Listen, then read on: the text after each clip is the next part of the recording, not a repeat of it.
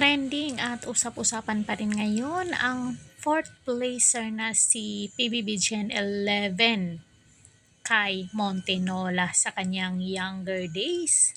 At tila nga itong si Kai is very competitive. Palaban talaga kay siya simula nung bata pa. May talento sa pagkanta at nagjo-join ng competition sa ibang country at naipanalo. Galing ang baby girl na si super ganda baby Kai. So na-post ito guys is October 17, hindi pa siya nanalo nito na fourth placer. So magbasa tayo ng comment. Go go Kai for big winner. Kai, sana maging big winner ka. No to Doc, salamat, maganda talaga.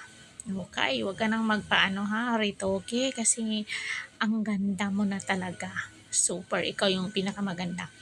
Pina-adapt siya at swerte siya sa mga magulang niya na nagpalaki sa kanya. Kung di siya pumasok sa PBB, makilala pa kaya niya biological family niya? Nag-effort kaya silang hanapin at magpakilala kay Kai? Makikita na maganda na buhay nila at si Kai na separate sa kanila, kinaya nilang buhayin ang siyam na anak nila.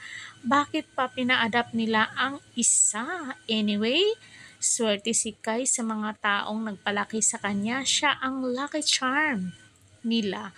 Happy na siya at successful sa buhay niya. Good girl, Kai, sabi ng isang fans.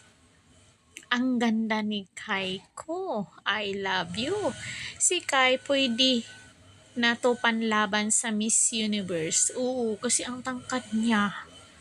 'Di ba? Pang ano talaga yung beauty niya, pang Catriona Gray. Ilaban ko na kalahi ko. Kai for big winner. Baka idol yan, Kai.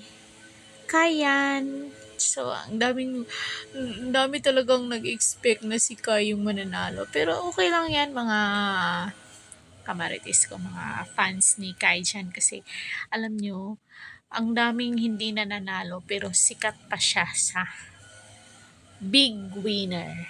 Ang daming hindi nanalo pero sikat pa siya doon sa first runner-up or the winner, 'di ba? So maraming hindi lang siguro pinalad si Kai, hindi lang siya naswerteng nasungkit yung big winner, pero yung blessing ni God sa kanya is umaapaw.